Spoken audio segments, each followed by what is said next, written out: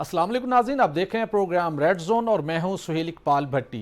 नाज़रीन, आज स्टूडियो में हमें ज्वाइन किया है अरसलान रफीक भट्टी साहब ने। आप ब्यूरो चीफ हैं GTV न्यूज़ लाहौर के। आज उनसे भी हम बात करेंगे लाहौर के अंदर जो नया सियासी महाज गर्म होने जा रहा है और पिछले दिनों में काफ़ी डेवलपमेंट्स नहीं, तो आज उनके साथ भी हम तफसीली बात करेंगे। और उसके साथ मेरे साथ मौजूद हैं सीनियर तज्ज़ियाकार मज़हर बरलास साहब। तो सबसे पहले जान लेते हैं मज़हर बरलास साहब का खुसूसी पैगाम।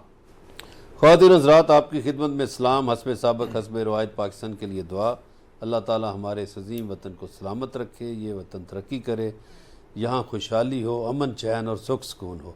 जी भट्टी साहब, क्या खबरें हैं? जी बरलास साहब, आज हम बात करेंगे कि पाकिस्तान पीपल्स पार्टी वज़ीर-ए-आज़म शहबाज शरीफ समेत हुकूमती टीम से सख्त खाइफ हो चुकी है। यही वजह है कि आज बिलावल भुट्टो ये कहते हुए सुनाई दिए गए कि हुकूमत सैलाब मुतासरीन से मुतल्लिक अपना वादा निभाए वरना बजट की मंजूरी भूल जाए।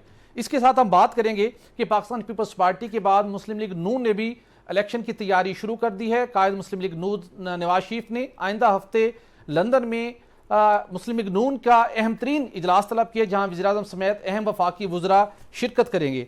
इसके साथ हम बात करेंगे कि साबिक वज़ीर-ए-आज़म शाहिद खाकान अब्बासी पहले अपनी जमात और हुकूमत से तो खाइफ थे ही।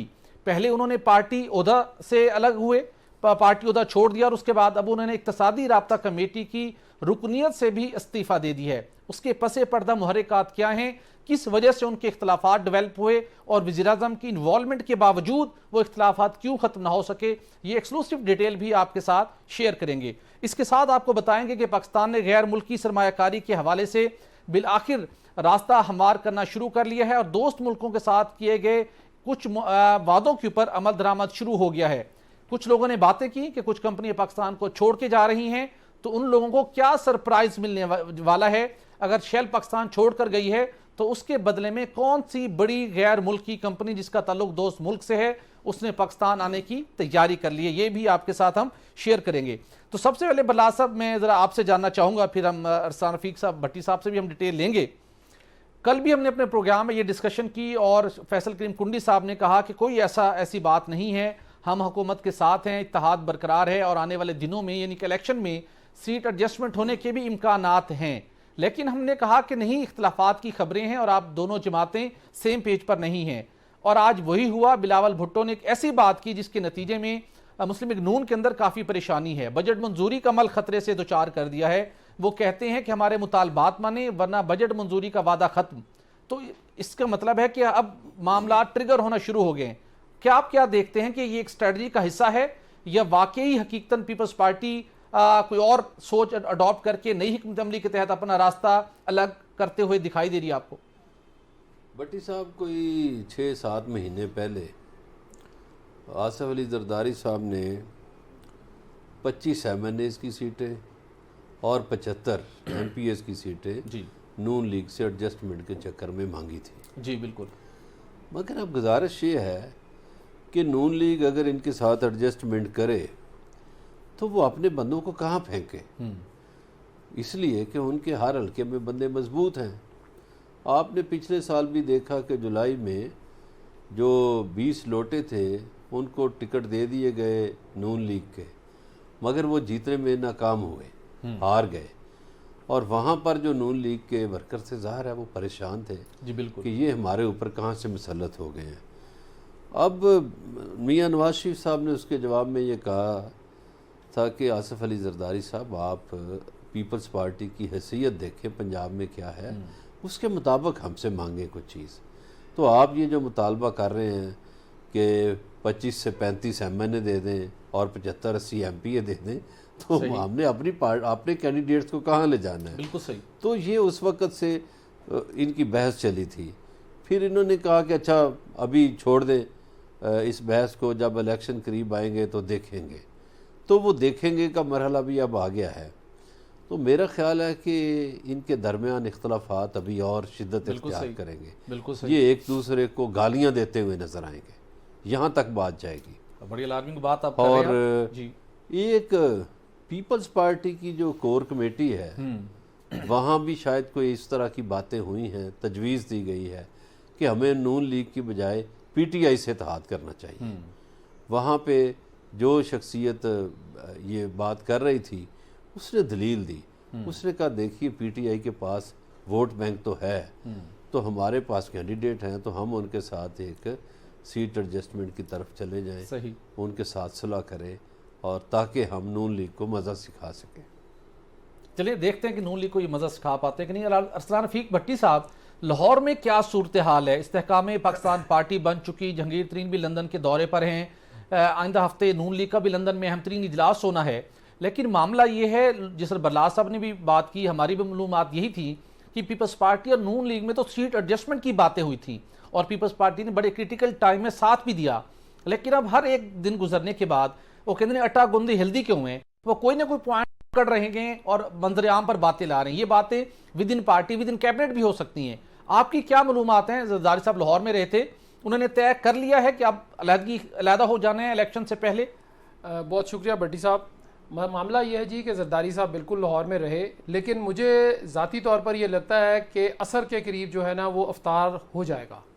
सही। अब उसमें यह है कि उसकी वजह यह है कि जरदारी साहब ने सीटें, जिस तरह मज़हर साहब ने भी बताया आपको कि जी सीटें मांगी थी, उनकी अपनी पार्टी जो है, देखें साउथ में पाकिस्तान पीपल्स पार्टी मौजूद थी, मौजूद है और मौजूद रहेगी। वो किसी ना किसी फॉर्म में हो सकती है, वो एमपी हो सकता है, वो चेयरमैन डिस्ट्रिक्ट काउंसिल हैं, या वो बल्दियात के नुमाइंदे हो सकते हैं, या वो एमएनए पाकिस्तान हो सकते हैं। सही। अब उसमें वहाँ पे अहमद महमूद साहब हैं, मखदूम साहब, वो रहीम खान से, उन्होंने पिछले दिनों एक प्रेस कॉन्फ्रेंस की, उन्होंने कहा जी कि हम किसी से इत्तेहाद या इलाहा करने के हक में नहीं है, हमारी पार्टी मजबूत है। अरसान रफीक भट्टी साहब, कमर ज़मान कायरा साहब ने ज्वाइन किया है, आप वज़ीर-ए-आज़म के मुशीर भी हैं। कायरा साहब आपका बहुत शुक्रिया। कायरा साहब, आपसे जानना चाहेंगे, पीपल्स पार्टी और मुस्लिम लीग नून के दरमियान आए रोज़ इख्तलाफात की खबरें सामने आ रही हैं। आज बिलावल भुट्टो साहब ने भी बहुत ओपनली कहा कि हमारे मुतालबात को माने, वरना फिर बजट मंजूरी के वादे को भूल जाएं।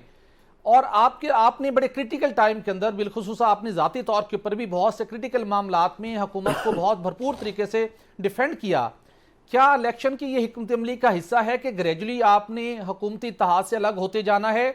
यह वाकई ही जेन्युइन कंसर्न है और उनको दूर कराने के लिए बात आपने उठाई है और कुछ दिनों के बाद मामला बेहतर हो जाएंगे? देखिए, बजट के अंदर जी जो इत्तेहादी जमातें होती हैं उनके मुतालबे अपनी जगह होते हैं। हुकूमती जमात के अंदर जो खुद अपने ग्रुप्स होते हैं या इवन उनके जो मेंबरान होते हैं, उनके भी बड़े इन दिनों मुतालबे होते हैं कि मेरे हल्के का ये मसला है। बिलावल साहब ने जो बातें की हैं वो पीपल्स पार्टी मेंबरान के कंसर्न हैं, और ख़ास तौर पे सिंध की जो सैलाब की सूरत हाल थी, सैलाब की सूरत हाल में किए गए वादों पे उस तरह अमल नहीं हो सका, जितनी रकम दरकार थी उतनी नहीं रिलीज हुई, नहीं दी जा सकी। उसकी बुनियाद पे चीफ मिनिस्टर सिंध ने भी और बिलावल साहब ने भी बातें की हैं। कल हमारी मीटिंग हुई वज़ीर-ए-आज़म साहब और उनकी टीम के साथ, और वहाँ हमने अपने ये कंसर्न रेज किए, जिसको उन्होंने बड़ी हाँ बिल्कुल हम कमिटेड हैं, और जो सिंध के फ्लड ज़्यादा लोग हैं या उनके इलाके के लोग हैं, उन इलाकों के जहाँ फ्लड आया था, तो उनके घर आबाद करने के लिए फेडरल प्रोविंशियल जो शेयर था उसको हमें बैलेंस करना चाहिए। रिलीज नहीं हुई, और दूसरा जो इंटरनेशनल कमिटमेंट थी उसको ऑनर करने के लिए एक मास्टर प्लान तैयार होना है, तो उसके लिए फौरी तौर पे तहर्रुक किया जाए, ताकि पाकिस्तान के अंदर से भी और पाकिस्तान के बाहर से भी वो रिसोर्स जनरेट कराया। जो कल वज़ीर-ए-आज़म से मीटिंग हुई, क्या उसमें वज़ीर खजाना भी मौजूद थे, और आपके कंसर्न क्या वज़ीर खजाना ने दूर करने की यकीन दहानी करवाई है? वज़ीर खजाना भी थे और वज़ीर प्लानिंग एंड डेवलपमेंट भी थे, वज़ीर-ए-आज़म साहब भी थे, और वहाँ पे बड़ी अच्छे माहौल में गुफ्तगू है। ये छोटी मुतालबे अपनी जगह, मुतालबे करना तो हक है ना, और हमने जो मुतालबे किए हैं वो जायज हैं। बहुत सारी चीजें वो हैं जो ऐलानात हैं और उनको करेक्शन का वादा किया गया है। उसके अंदर जो अगर कोई गलतियां हैं या प्रॉब्लम आया है तो, या किसी वक्त अवेलेबल रिसोर्स नहीं था, तो उसको बैलेंस करने का प्रॉमिस किया गया है। ये कोई इशू नहीं है इंशाल्लाह। हाँ, हम क्योंकि हम एक दूसरे के मुखालिफ जमाते हैं, अलग अलग ख्यालात के हामिल हैं, उसमें हम हुकूमत के अंदर इकट्ठे हैं, डज नॉट मीन कि हमने आपस में हमारा कोई इख्तलाफात खत्म हो गए हैं, नहीं, छोटे मोटे इख्तलाफात। चलिए सर, ये बजट का मामला तो दुरुस्त, सैलाब मुतासिन की इमदाद और जो वादे थे पूरे होने चाहिए, लेकिन आपकी तकर्रियों के हवाले से भी आपकी बातों को नहीं माना जा रहा। अगर हम कंपैरिजन दें, जमीयत उलमा इस्लाम भी इत्तेहादी जमात है, हमारे इलम में है, जहां पे उन्होंने जो मुतालबा किया अहम तरीन ओहदे के ऊपर उनके लोगों को तैनात किया गया। पीपल्स पार्टी का लगता है कि वो हुकूमत लिफ्ट नहीं करा रही, चेयरमैन पीसीबी का मामला हो या कुछ और पोस्टें हैं, लगता है कि हुकूमत भी अब डिस्टेंस क्रिएट कर रही है। जो जेयूआई को जो ट्रीटमेंट मिल रहा है वो पीपल्स पार्टी को ट्रीटमेंट नहीं मिल रहा। नहीं, ऐसा नहीं है। चेयरमैन पीसीबी का ओहदा कलेक्शन के जरिए होना है और वहाँ 2 नाम जाते हैं, उनकी किसी और के रिकमेंडी हैं, हम किसी और के रिकमेंडी हैं, दोनों के नाम चले जाएंगे। वहाँ आगे जाके जो मेंबरान हैं उन्होंने उनका तकर्री का जो है फाइनल करना है, वो देखा जाएगा। ये तासर दुरुस्त नहीं है और इत्तेहादों के अंदर ये छोटी मोटी तलखी, एक दूसरे से डिफरेंस ऑफ ओपिनियन, ये तो जमातों के अंदर भी होता है, इत्तेहादों के अंदर तो और बात है। बिल्कुल सही। कैसा साहब, ये लास्ट बता दीजिएगा, आइंदा इंतखाबात में से कब कुछ सीट एडजस्टमेंट के हवाले से अनाउंसमेंट हो सकेगी? चूंकि कुछ अर्सा कबल ये बातें हुई थी कि नवाज शरीफ साहब और जरदारी साहब के मुबैन कुछ अंडरस्टैंडिंग है पंजाब और सिंध और बिलखुसूस कराची के हवाले से, इसके कोई इम्कानात दिखाई दे रहे हैं आपको? मेरे इल्म में ऐसी कोई बात नहीं है। ये विस्परिंग जरूर इस पे होती रही, चेमगोइयां सुनते रहे, मीडिया के अंदर इस पे डिबेट होती रहती है, हमारी जमातों के अंदर इस पे कोई डिबेट नहीं हुई। हाँ, जब इलेक्शन का कोई माहौल आया। अरे कायरा साहब वो तो ये आपके इलम में नहीं है, लेकिन कश्मीर वाली तो बात आपके इलम में है ना, जो उन्होंने आप पे धांधलियों के इल्जामात लगाए थे उस शाम। तो देखिए, गुजारिश ये है कि जब इलेक्शन बंदा हार जाता है ना, तो उसने उस हार को कबूल न करने का एक रिवाज हमारे यहाँ बन गया है। वरना इल्जाम लगाने वाले जानते हैं, मैं तो उस वक्त मुल्क में नहीं था, मुझे तो वजीर आजम साहब ने डेनमार्क और नॉर्वे भेजा हुआ था। और ये कि हमारा कैंडिडेट, जिसको तनवीर इलियास साहब बहुत बड़े अमीर आदमी और पीटीआई के दौलत के पास उन्होंने इस्तेमाल भी किए, इसके बावजूद हमारे कैंडिडेट जनाब जियाउल कमर से वो चंद हजार वोटों से, चंद 100 वोटों से बल्कि जीते थे। और जो मुस्लिम लीग के कैंडिडेट हैं इस दफा, वो 4थे नंबर पे थे। सही। उनके कोई 9-10 हजार वोट थे टोटल। हमारी कैंपेन नजर नहीं आ रही थी।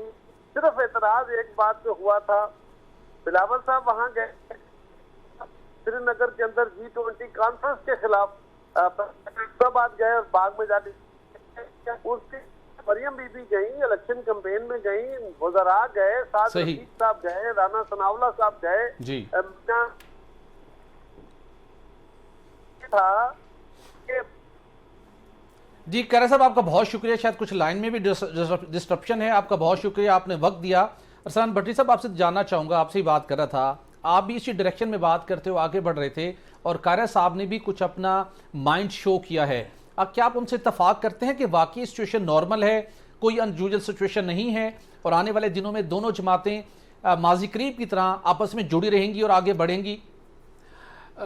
भट्टी साहब, उसमें यह है कि कायरा साहब ने जो भी आपने बात उनसे पूछी, एंड वाली बात के इल्हाक हो सकता है कि नहीं हो सकता। देखें, मखदूम अहमद महमूद जो हैं वो बड़े अच्छे और नफीस इस मामले में आदमी हैं कि वो कोशिश उनकी पूरी होगी कि किसी तरह इल्हाक कराया जाए सीट एडजस्टमेंट के उसकी शक्ल में, या डायरेक्ट इलेक्शंस यानी अपना अपना इलेक्शन लड़ लिया जाए। लेकिन देखें, कुछ हल्के पाकिस्तान मुस्लिम लीग नवाज के कमज़ोर हैं जनूबी पंजाब में, इसमें कोई दो राय नहीं है। अगर कमज़ोर ना होते तो 40 लोग आज़ाद इलेक्ट होकर पिछली मरतबा 2018 में जहांगीर तरीन साहब के जहाज़ में नहीं बैठते। तो फिर अभी आईपीपी वहां रंग दिखाएगी अपना? जी बिल्कुल दिखाएंगे। पाकिस्तान पीपल्स पार्टी जनूबी पंजाब में उसके बिल्कुल इन रोड्स भी हैं, उनके अंदर वहां पे लोग भी उनके पास हैं, उनका वोटर भी इंटैक्ट है। और मजे की बात यह है कि लाहौर के अंदर भी जो है असलम गिल साहब खासे मुतहरिक दिखाई दे रहे हैं, पाकिस्तान पीपल्स पार्टी मुतहरिक दिखाई दी। जो वर्कर्स थे जो बड़े अरसे से बैठ गए थे बिल्कुल पीछे हटके, वो भी निकल आए हैं, वो भी कर रहे हैं। मामला ये है कि अभी जो आपने एक पाकिस्तान एक पार्टी की जमात की बात की, उसका वोट अभी तक टूटा नहीं है, वोट इंटैक्ट है। वो जनूबी पंजाब में है, वो सेंट्रल पंजाब में आ जाए या अपर पंजाब में चले जाएं, वोट उस जमात का अभी भी इंटैक्ट है। अगर आप उसको माइनस करेंगे तो मुमकिन नहीं है, आप उसको प्लस करेंगे ये भी मुमकिन नहीं है।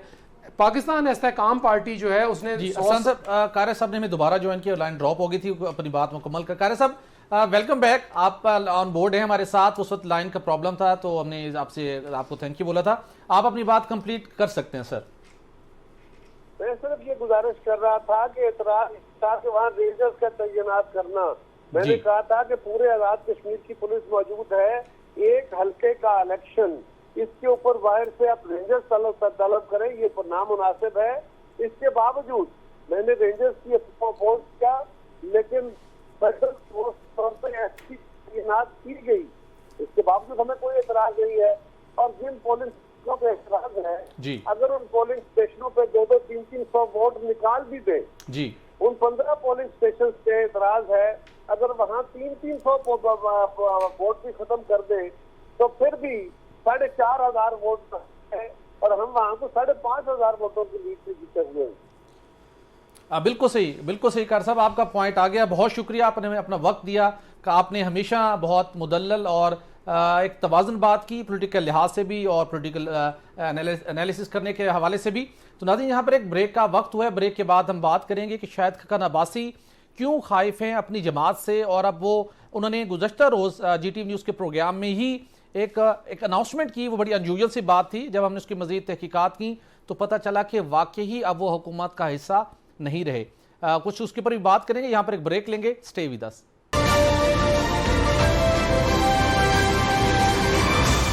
वेलकम बैक नाज़रीन। बलासत इलेक्शन की कुछ गहमा गहमी अब दिखाई देने लगी है। पीपल्स पार्टी भी तैयार है। उन्होंने कहा कि इत्तेहादी जमातें भी तैयारी करें। मुस्लिम लीग नून भी आइंदा हफ्ते अहम तरीन इजलास में कुछ अपनी मुस्तकबिल की हिकमत अमली वज़ा करने जा रही है। इलेक्शन कमीशन ऑफ पाकिस्तान ने भी 13 जुलाई की तारीख मुकर्रर कर दी है। एक डेडलाइन है कि लोग अपने वोटर्स हैं, अपने वोट के इंदराज से मुतल्लिक कोई गलती है, दर्ज करवाना है, दुरुस्ती करवानी है, वो करवा लें। 13 जुलाई तक डेडलाइन है। तो अब लगता है कि मामला बढ़ रहा है अक्टूबर की जानिब।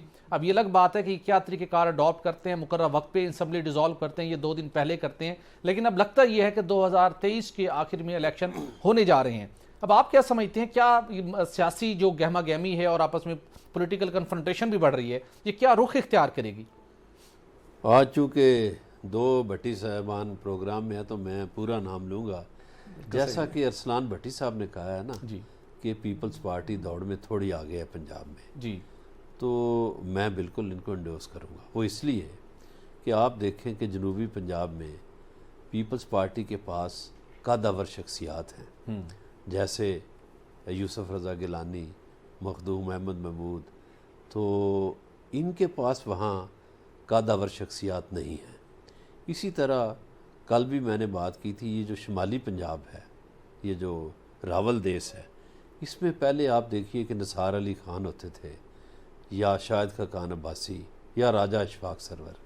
अब वो तीनों जो हैं वो ऑलमोस्ट यहाँ नहीं हैं, इनकी पार्टी में नहीं है।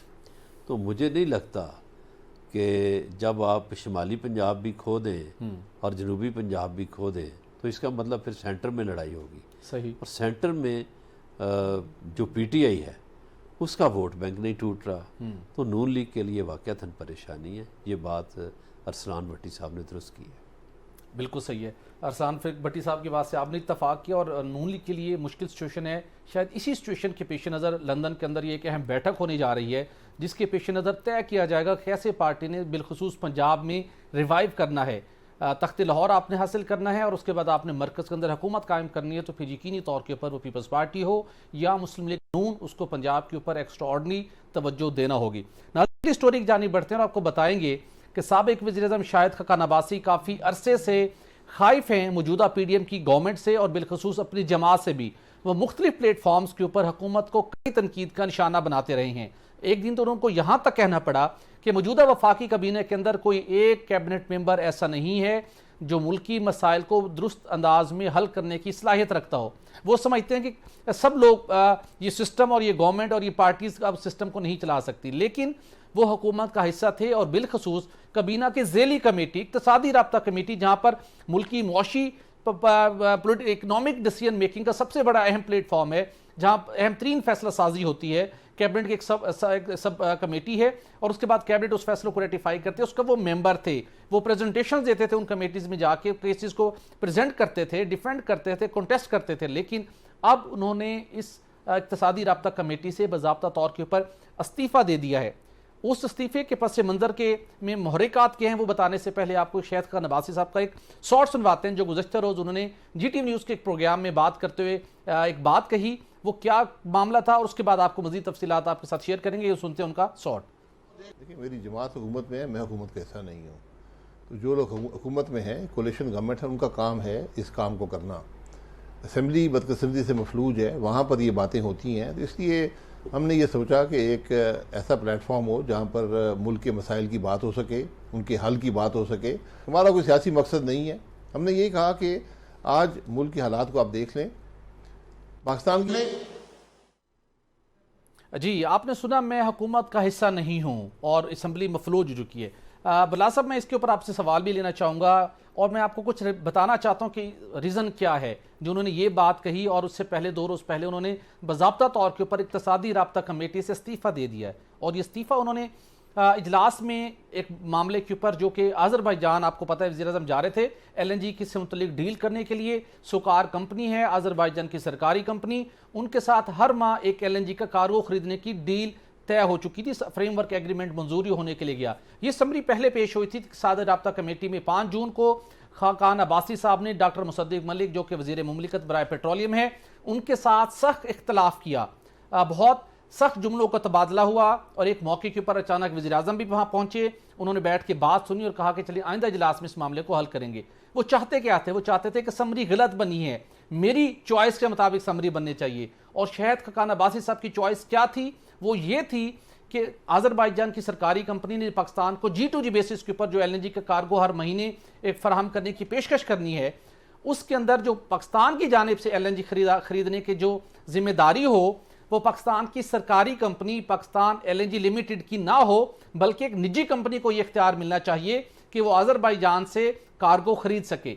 जबकि इसके ऊपर पेट्रोलियम डिवीज़न और इवन वज़ीर-ए-आज़म समेत और दीगर लोग इससे इत्तफाक करने को तैयार नहीं थे।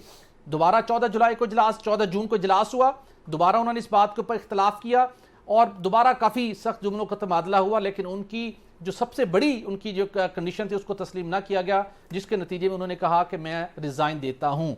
और इतलात ये हैं जो कि इस इजलास इक़्तिसादी राब्ता कमेटी के इजलास में कुछ लोग मौजूद थे, उनके मुताबिक उनको समझाया गया कि आप इस ओहदे से अलग मत हों, अहम तरीन पॉलिसी साजी का ये फोरम है। लेकिन उन्होंने रिज़ाइन कर दिया और उनको समझाया गया कि आप अपना रिज़ाइन वापस लें। तहरीरी तौर के ऊपर उन्होंने रिज़ाइन किया है, लेकिन अब उनका इस्तीफ़ा वज़ीर-ए-आज़म कबूल करते हैं या नहीं ये अलग बात है, लेकिन वो इस्तीफ़ा दे चुके हैं। और यही वजह थी कि गुज़श्ता रोज़ उन्होंने GTV न्यूज़ के प्रोग्राम में कहा कि मैं हुकूमत का हिस्सा नहीं हूँ। बला साहब आपसे जानना चाहूँगा, पहले उन्होंने जनवरी 2023 में उन्होंने सीनियर वाइस प्रेसिडेंट PMLN से रिज़ाइन किया, सब ने मनाने की कोशिश की, नहीं माने। अब इस जगह से भी, इस इक़्तिसादी राब्ता कमेटी से भी वो अलग हो गए हैं। तो आप क्या समझते हैं कि वो जो री इमेजिनिंग पाकिस्तान के हवाले से प्लेटफॉर्म पे वो एक्टिव थे, मुस्तकबिल में वो तय कर चुके हैं कि नून लीग के साथ मेरा मजीद सियासी सफ़र जारी नहीं रह सकता? भट्टी साहब, ये जो बातें आपने की हैं इसका 3 जवाब मैं दूँगा। एक तो ये है कि शायद खाकान अब्बासी साहब काफ़ी अरसे से नाराज़ थे, सही बात चली आ रही है जी। और कल भी उनकी पार्टी ने एक झूठ बोला कि शायद खाकान अब्बासी मुल्क में नहीं थे तो इसलिए इजलास में नहीं आए, हालांकि वो इधर ही GTV के एक प्रोग्राम में शामिल और जहाँ पर इजलास हो रहा था वहाँ से 6 किलोमीटर का जो आपने बात की है ना पॉलिसी साजी की, इससे मुझे बड़ा इख्तलाफ है। सही। ये एक पॉलिसी साजी का इख्तलाफ है ही नहीं, ये हिस्सेदारी का इख्तलाफ है। मुझे ज़रा माजी में जाना पड़ेगा, जब कतर से ये डील हो रही थी तो उस वक़्त एक अहम तरीन शख्सियत ने मियाँ नवाज शरीफ को 125 लोगों के नाम दिए कि ये लोग करप्ट हैं। तो उसमें मियाँ साहब ने देखा कि 38 लोग तो पॉलिटिशियन थे। अच्छा, उसमें ज़ाहिर है शरीफ फैमिली के अलावा मसूफ़ का नाम भी था। तो उन्होंने खैर कागज़ रख दिया साइड पे जी। और किसी ने फिर पूछा होगा बाद में कि इनका, तो उन्होंने कहा हाँ ये भी कोई हिस्सेदार है छोटा मोटा। तो मेरा ख्याल है ये हिस्सेदारी का सारा चक्कर। चलिए बला साहब, ये तो उनकी देखिए हिस्सेदारी के हवाले से नैब ने भी तहकीकात की, आज तक कोई ऐसी चीज़ साबित नहीं हुई। उनके मुखालफिन भी उनके ऊपर ये इल्ज़ाम आयद करते रहे, लेकिन कोई चीज़ साबित नहीं हुई आज तक। भट्टी साहब, मैं माजरत के साथ आपको एक बात बताऊं, पाकिस्तानी पॉलिटिशियन इतना तेज़ है, इस तरह करप्शन करता है कि कोई इदारा पकड़ ही नहीं सकता। इस तरह मनी लॉन्ड्रिंग करता है कि कोई इदारा पकड़ नहीं सकता। इसमें सारे सियासतदान मैं कहता हूँ शामिल हैं, हर पार्टी में होंगे, PTI में भी थे, PTI में भी थे, PTI में भी होंगे। ऐसा ये देखिए पीटीआई में तो पाकिस्तानी है ना, वो कौन से बाहर से आए हैं। लेकिन बिला साहब इंपॉर्टेंट ये है, इल्ज़ाम मुबैना तो करप्शन का इल्ज़ाम अपनी जगह पे लगता है, लेकिन अगर साबित नहीं होती तो फिर मेरे ख्याल में बिला वजह इल्ज़ाम तराशी का सिलसिला नहीं होना चाहिए। बिला साहब यहाँ एक ब्रेक ले लेते हैं, ब्रेक के बाद इसको दोबारा अगर आप चाहेंगे तो इस पर बात कर लेंगे। नाज़रीन यहाँ ब्रेक लेंगे और ब्रेक के बाद पॉलिटिकल डिस्कशन के साथ एक और अहम एक्सक्लूसिव स्टोरी भी आपके साथ शेयर करेंगे कि दोस्त ममालिक के साथ किए गए किन वादों के ऊपर पाकिस्तान में अमल दरामद शुरू हो चुका है। Stay with us.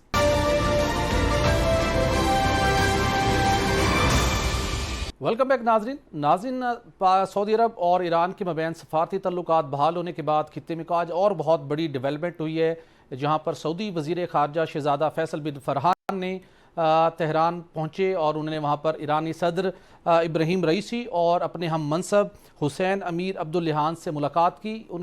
उनका ये दौरा, सऊदी वज़ीर ख़ारजा का ये दौरा इंतहाई खसूसी अहमियत का हामिल तस्वुर किया जा रहा है, बिलखसूस जब चीन के किरदार के बायस एक बड़ी अनाउंसमेंट हुई थी कि ना सिर्फ दोनों ममालिक अपने सफ़ारती ताल्लुकात बहाल करने जा रहे हैं, बल्कि उसके बाद सऊदी अरब ने कहा था कि अगर मुआहदे के मुताबिक मामलात पर अमल दरामद हुआ तो सऊदी अरब इवन ईरान में इन्वेस्टमेंट भी करेगा। तो आज हम देखते हैं कि इस खित्ते की सिक्योरिटी, इलाकाई अमन व अमान और उसके साथ दो तरफ़ा ताउन को मज़ीद फ़रोग़ देने के लिए सऊदी वज़ीर ख़ारजा तेहरान पहुँचे थे, जहाँ पर उनका बड़ा पुरजोश तरीके में उनका इस्तकबाल किया गया और सऊदी वज़ीर ख़ारजा की जानिब से सऊदी फरमरवा और सऊदी क्राउन प्रिंस की जानिब से ईरानी सदर को दावा दी गई है कि वो जल्द अज जल्द सऊदी अरब का दौरा करें। अरसलान फ़ीक भट्टी साहब, आपसे जानना चाहूँगा, बड़ी डेवलपमेंट आज हुई, सऊदी वज़ीर ख़ारजा पहुँचे तेहरान और जहाँ पर माजी में बहुत सी मिसअंडरस्टैंडिंग थी वो दूर हो चुकी और अब खित्ते के अंदर अमन को यकीनी बनाने के लिए, बहरी सिक्योरिटी को यकीनी बनाने के लिए और ख़तरनाक हथियारों से पाक करने के हवाले से दोनों एक पेज पर दिखाई देते हैं। तो आप समझते हैं कि आने वाले दिनों में मज़ीद क्या मुस्बत पेशरफ्त हो सकती है जिससे पाकिस्तान को भी उसका बेनिफिट हो सके और दोनों ममालिक की मबैन गलत फहमियाँ दूर हों और सियासत और सफारत के बाद मुआशी तल्लुकात भी आपस में बन सकें? देखिए, जो ईरान की इकॉनमी है उसने सरवाइव किया बड़े मुश्किल हालात में।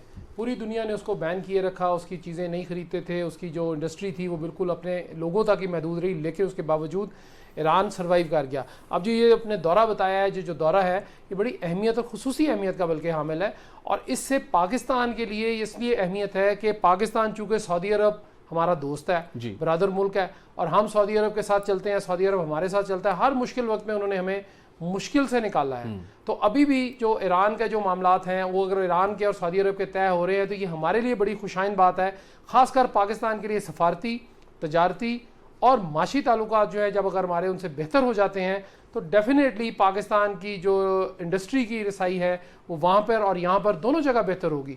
और सऊदी अरब चूँकि हमारा बरादर मुल्क है, उसकी पूरी कोशिश भी यही होगी। खित्ते में चूँकि नई अलाइनमेंट्स जो हैं उसमें ज़ाहिर है ईरान का एक बड़ा किरदार होगा। सऊदी अरब का तो है ही है, लेकिन ईरान का बड़ा किरदार जो है वो होगा और उसमें पाकिस्तान का फ़ायदा ये है कि चूँकि हमारा हमसाया मुल्क है, बरादर इस्लामी मुल्क है और हमारे साथ उसके ताल्लुकात माजी में अच्छे नहीं रहे, वो हमेशा भारत की जानिब जो है उसका झुकाव रहा। लेकिन अब चूँकि सऊदी अरब उसको थोड़ा सा अच्छा भी करेगा, बेहतर भी करेगा और पाकिस्तान के लिए भी बहुत अच्छा ये एक खुश आइन बात होगी कि ईरान से हमारे ताल्लुकात जो हैं वो बिल्कुल नॉर्मलाइज हो जाएंगे। बिल्कुल सही। बिला साहब, आपसे जानना चाहूँगा, आप इस डेवलपमेंट को किस निगाह से देखते हैं, बिलखसूस जब माजी में दोनों ममालिक के मबैन सफारती तल्लुकात मुनक़ता हो चुके थे और लेकिन पाकिस्तान की कुछ ऐसी मजबूरियां हैं या ज़रूरियात है जो कि ईरान के ऊपर मुनहसर होती हैं, कुछ चीज़ें ऐसी हैं जो पाकिस्तान सऊदी अरब के साथ कुछ मामलात में जुड़ा हुआ है, लेकिन बहुत से मंसूबे दोनों ममालिक में बयान जब तल्लुकात कशीदा थे तो वो आगे नहीं बढ़ पाते थे, वो आईपी का मंसूबा हो या तिजारती तल्लुकात के हवाले से हों। अब जब दोनों ममालिक में सफारती ताल्लुकात बहाल होने के बाद अब बड़ी अहम शख्सियात की मुलाकातें हो रही हैं, तो पाकिस्तान के लिए भी आने वाले दिनों में क्या मौक़े पैदा हो सकेंगे इस बेहतर तल्लुकात होने के तनाजुर में? देखिए, एक तो मुस्लिम वर्ल्ड को चाइना का शुक्रगुजार होना चाहिए कि चाइना के एक अच्छे एहसन इक़दाम के बाद जो मशरक़ वस्ता है वहाँ जंग के बादल जो है वो छट गए हैं। और भट्टी साहब ने जैसे बात की ना, हमारे सियासी, सफारती या कारोबारी मामला, मैं समझता हूँ कि पाकिस्तान के माशरती हालात भी सुधरेंगे। इन दो ममालिक की वजह से हमारे माशरे में एक तकसीम थी और कुछ लोग ज़ाहिर है ईरान को बेहतर समझते थे, कुछ सऊदी अरब को, मुमकिन है ज़्यादा लोग सऊदी अरब को बेहतर समझते हों। जी। अच्छा, ईरान के साथ हमारे ताल्लुकात बड़े अच्छे थे इनकलाब ईरान से पहले, और फिर ज़ाहिर है हम अमेरिकन ब्लॉक में थे और ईरान अमेरिकन ब्लॉक से दूर था, तो हमारे मरासम में वो गर्मजोशी नहीं रही। अब लगता है कि मरासम में गर्मजोशी आ जाएगी, बिल्कुल सही, और आरसीडी का मुआहदा भी बहाल हो जाएगा। बिल्कुल सही, बिल्कुल सही। अब लगता ये है कि इन दौरों के बाद ताल्लुकात बेहतर होंगे, आरसीडी का मुआहदा भी बहाल होगा, और उम्मीद ये की जा रही है कि जल्द ईरानी सदर भी सऊदी अरब का दौरा करेंगे और सऊदी फरमरवा और क्राउन प्रिंस से वो मुलाकात करेंगे, जिससे यकीनी तौर के ऊपर खित्ते की सिक्योरिटी और खित्ते के मौशी हालात बेहतर होने की वाज़े तौर पर नवीद मिलेगी। नाज़रीन, यहाँ पर प्रोग्राम का वक्त ख़त्म हो जाता है। कल होगी आपसे दोबारा मुलाकात। इजाज़त दीजिए, अल्लाह हाफ़िज़।